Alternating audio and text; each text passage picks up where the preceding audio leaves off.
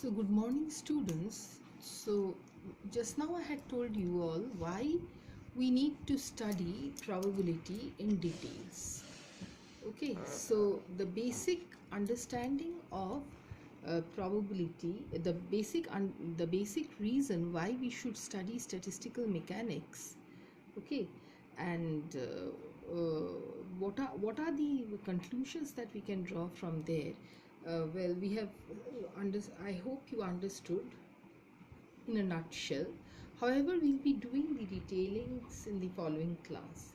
Now, one very important thing that you need to understand over here for studying the basic ideas of statistical physics, the underlying basic ideas of statistical physics, it involves the study and the understanding of probability, like knowing the definition of probability. When will the probability be 0 and 1? What is the total probability? Well, what is the meaning of the principle of equal a priori probability? So these are the certain things that we need to know. I know all of you have learnt it in your schools, but still as a recollection, I think I need to talk to you about it once more. For example, what is probability? To start with, probability.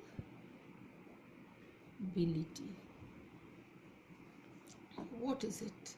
So basically, when we talk of probability, well, if an event A,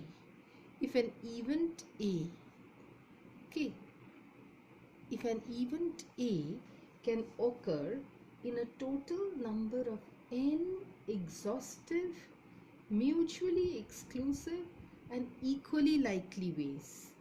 Okay, so an event is occurring in n number of ways, but what is n? Suppose say an event A is occurring in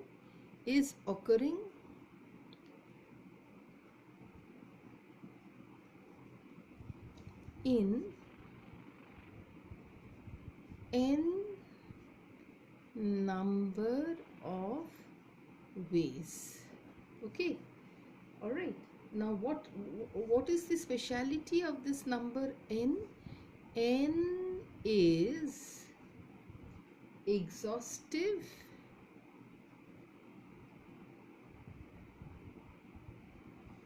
equally likely. Exhaustive means mutually exhaustive. Okay, mutually exhaustive and equally likely.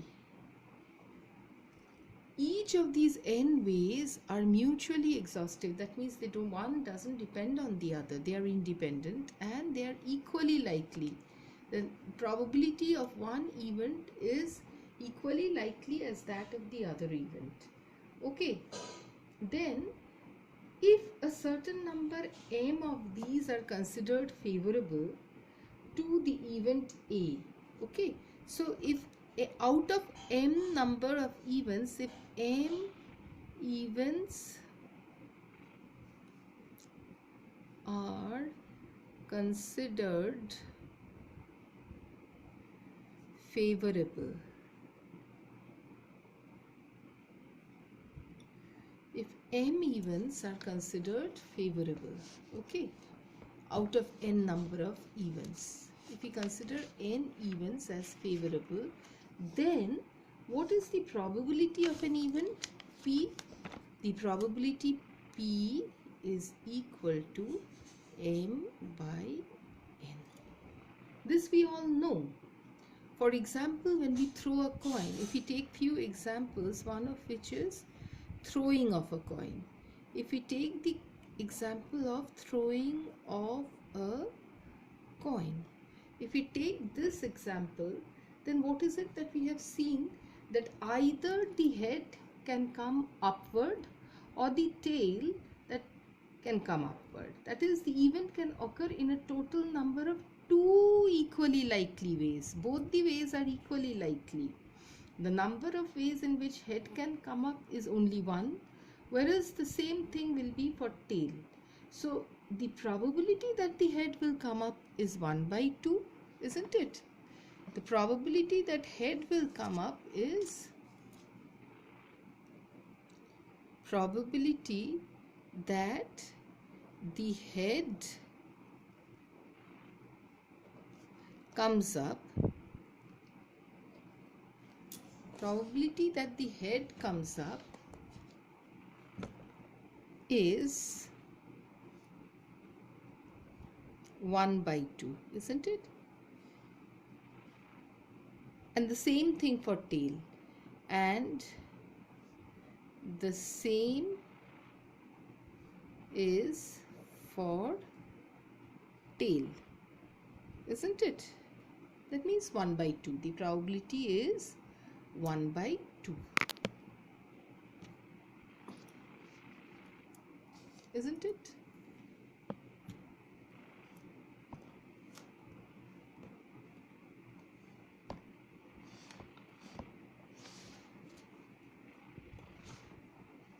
So the thing is that if we do the same study regarding the throwing of a dice, okay, suppose we throw a dice. Now what do we know of a dice? A dice, what is a dice? A dice is basically, what is a dice? A dice is a homogeneous cube, isn't it? So a dice is a homogeneous cube. So we have a homogeneous cube. A dice is a homogeneous cube.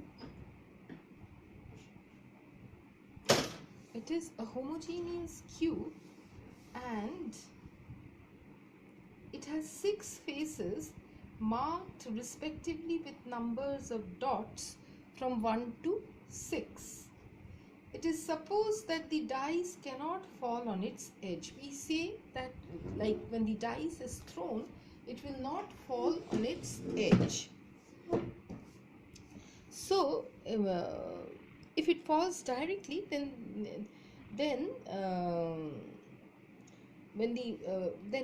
what will happen when the dice is thrown? Well, if it is thrown, it falls on one of its faces upwards. The face can have any number on it from 1 to 6. So these are the options in a dice. So the set S of all possible outcomes in a dice, if we consider this as set S, then the set S of all possible outcomes is given by 1, 2, 3, 4, 5, 6. This is the set. Then the probability that the dice comes up with even number, what will it be? Because of this set, these are your even numbers, 2, 4 and 6. So the probability that the dice comes up with even number, probability for even numbers, that the dice comes up with even numbers, is how much? It is 3 by 6, isn't it? Similarly, the probability for odd numbers is also 3 by 6, half, isn't it? Now suppose I ask you, what is the probability of the dice coming up with any number less than 5? So probability of the dice to come up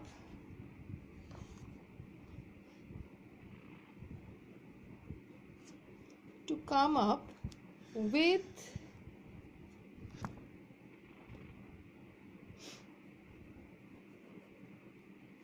any number less than 5. What is the probability? It is less than, suppose say 6, less than 6. What is the probability? It is 5 by 6. Less than 5, it is 4 by 6. So like that. Okay. Now suppose we want to know, okay, so these are all different options. All right. Suppose we want to know, what is it? That what is the probability of the dice coming up with a face marked 8? A dice which is made up of set 1, 2, 3, 4, 5, 6. What is the probability that it will come up with a face marked 8? Well, the probability will be how much? Probability of the dice to come up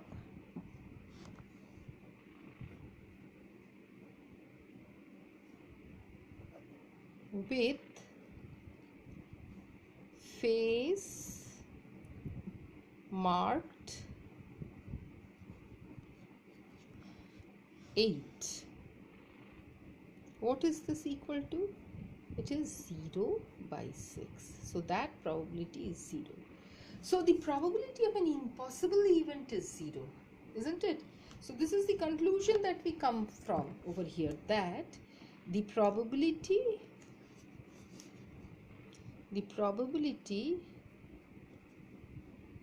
of an impossible event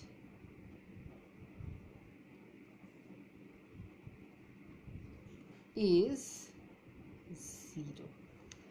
Okay. Now suppose we want to know the following. What is it? Well,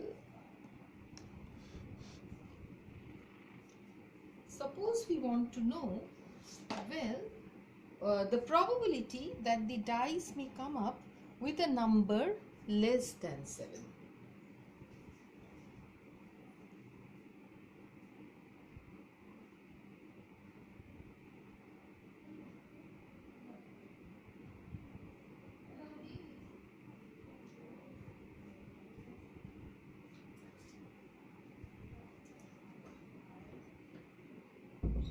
So what is the probability that the dice may come up with a number less than 7?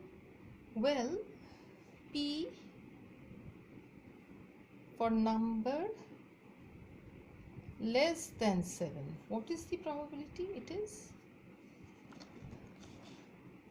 6 by 6, and that is equal to 1. So this is the probability of a sure or certain event. The probability of a sure or certain event is 1. And the total probability, suppose if A is the number of cases in which an event occurs and B the number of cases in which the event fails, then the total probability, this is something which you know, I'm just recapitulating. Total probability, okay, it is actually equal to, for the event to occur, suppose say probability of occurrence of the event. How do you find the total probability? First you find the probability of occurrence of an event, which is equal to A by A plus B, isn't it? And probability of failing of the event. Probability of failing of the event. What is that equal to? B by A plus B. So total probability will be the sum of the two. The total probability will be equal to A by A plus B plus B by A plus B, which is equal to 1. And this is something which we know very well, that the total probability, when the sum of the two probabilities, the total probability is always 1, because the event might either occur or fail. Alright, So this actually brings us to that very important principle, the principle of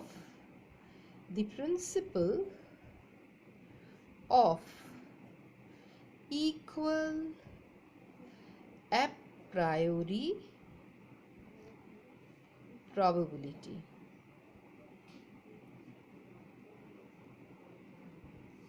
The principle of equal a priori probability. When does this happen?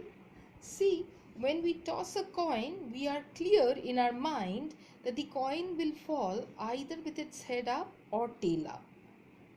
Okay. Similarly, if we throw a six-faced cubical dice, we are sure that the dice will fall with one of its six faces upward. So in the same way, if we have an open box divided into two equal sized compartments, so suppose we have an open box like this,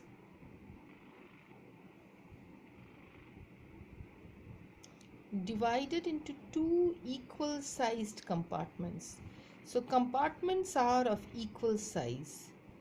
Compartments are of equal size. Compartments are of equal size. So when we have such a box, okay, then what can we say? When the compartments are of equal size, then when we start throwing the particles in the box, then the particles will fall either in box 1 or in box 2, and the probability that it falls on either 1 or 2 is the same. So I know from beforehand that the probability that the particles will occupy either box 1 or box 2 is the same, and this is called a priori. This is called the principle of equal a priori probability. A priori really means something which exists in our mind prior to and independently of the observations we are going to make. So when will this principle of equal a priori probability not hold good? It will not hold good when the compartments are not of equal size, when they are of unequal size. Okay, all right. Now in this context, if we very quickly discuss a problem, okay, of a pack of cards. A card is drawn at random from a well shuffled pack of 52 cards. Suppose we have a pack of 52 cards and a card is drawn at random from a well shuffled pack of 52 cards. We have to find the probability of getting a 2 of hearts or diamonds. What is the probability that we get a 2 of hearts or diamonds? Well, then in that case, there are 2 hearts, there is 1 of 2 hearts and 1 of 2 diamonds. Okay, and we wish to have any one of them. What is the probability of getting a 2 of hearts or diamonds? Okay, therefore the number of ways which are favorable is here m, the number of favorable ways, number of favorable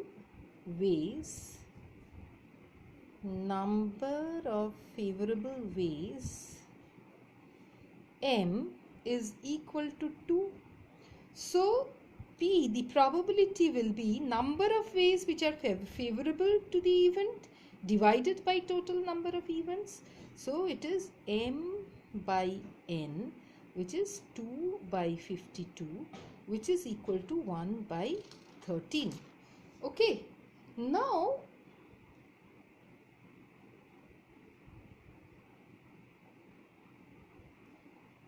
suppose if we think of this problem, these problems will actually help. Now suppose we think of this problem. What is it? See, look into this problem, problem 2. What does the problem tell you? Problem number 2. Well, if a pair of 6-faced dice with faces marked 1 to 6 is thrown. Okay, so you take a pair of 6-faced dice, a pair. Okay, first dice, second dice. First dice will have from say 1 to 6. Second dice will also have from 1 to 6. So if a pair of 6-faced dice with faces marked 1 to 6 is thrown, what is the probability that the sum of the numbers which show up is 8? So sum showing up is 8. This is the problem. Okay, now when we throw two dice simultaneously, okay, the first dice can fall in 6 different ways. The second dice can also fall in 6 different ways, and both the dice can fall independent of one another. It's not that when dice 1 is falling, dice 2 will wait. It can also fall independently. So the total number of different ways in which the two dice can fall. Okay, so here the total number of different ways, the total number of different ways in which the two dice will fall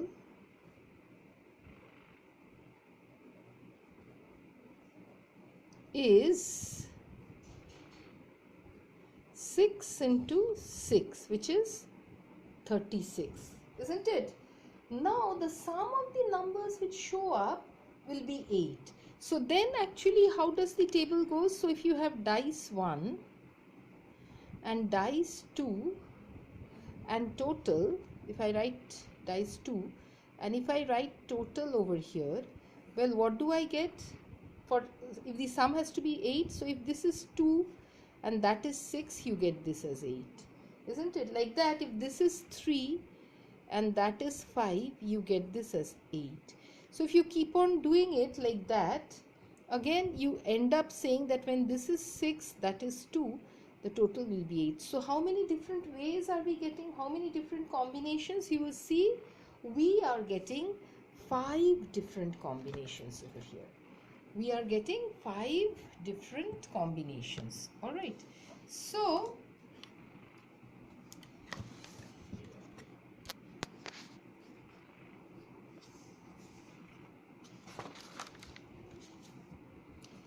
basically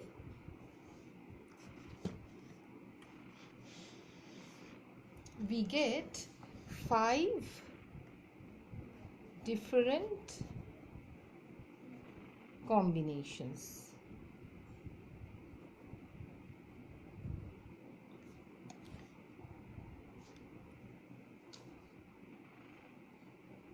Five different combinations. Okay. So therefore the number of ways which are favorable to the event M is equal to 5. So we get 5 because we get 5 different combinations. Therefore the probability P will be equal to 5 by 36. So in this context, I might ask you all now, after the class, you would do this problem, okay, which I'm not going to do now. Two 6-faced dice are thrown simultaneously. List the various ways in which the event can happen. If you throw two 6-faced dice simultaneously, you just list the various ways in which the event can happen. What conclusions do you draw from this?